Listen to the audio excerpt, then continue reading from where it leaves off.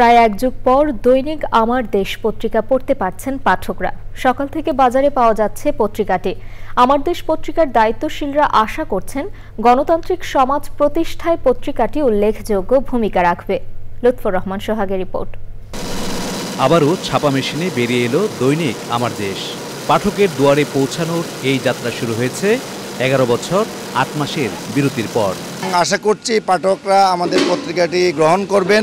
ইনশাআল্লাহ আমরা অতি শীঘ্রই নিজেরা প্রেস এনে প্রেস স্থাপন করে আমাদের নিজস্ব প্রেসে পত্রিকা ছাপানো শুরু করলে সবার হাতে আমরা পত্রিকা পৌঁছে দিতে পারব। আবার প্রকাশনা শুরু হয়, স্বস্তি ফিরেছে আমার দেশের বার্তা কক্ষে।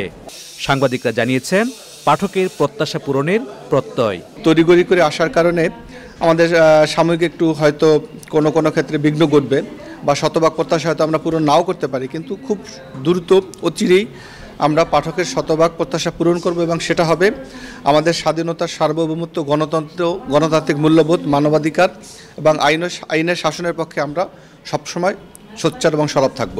আমার দেশ যখন প্রতিষ্ঠা হয় তখন থেকে আমরা আমার দেশে কাজ করছি। সেই ক্ষেত্রে আমরা নিজেরাও, বিশেষ করে আমি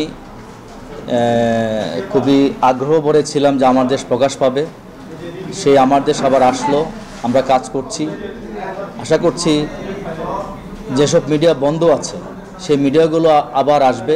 আওয়ামী লীগ সরকারের আমলে 2013 সালের 11 এপ্রিল বন্ধ করে দেওয়া হয় দৈনিক আমার দেশ পত্রিকা। লুৎফর রহমান সোহাগ, চ্যানেল আই, ঢাকা।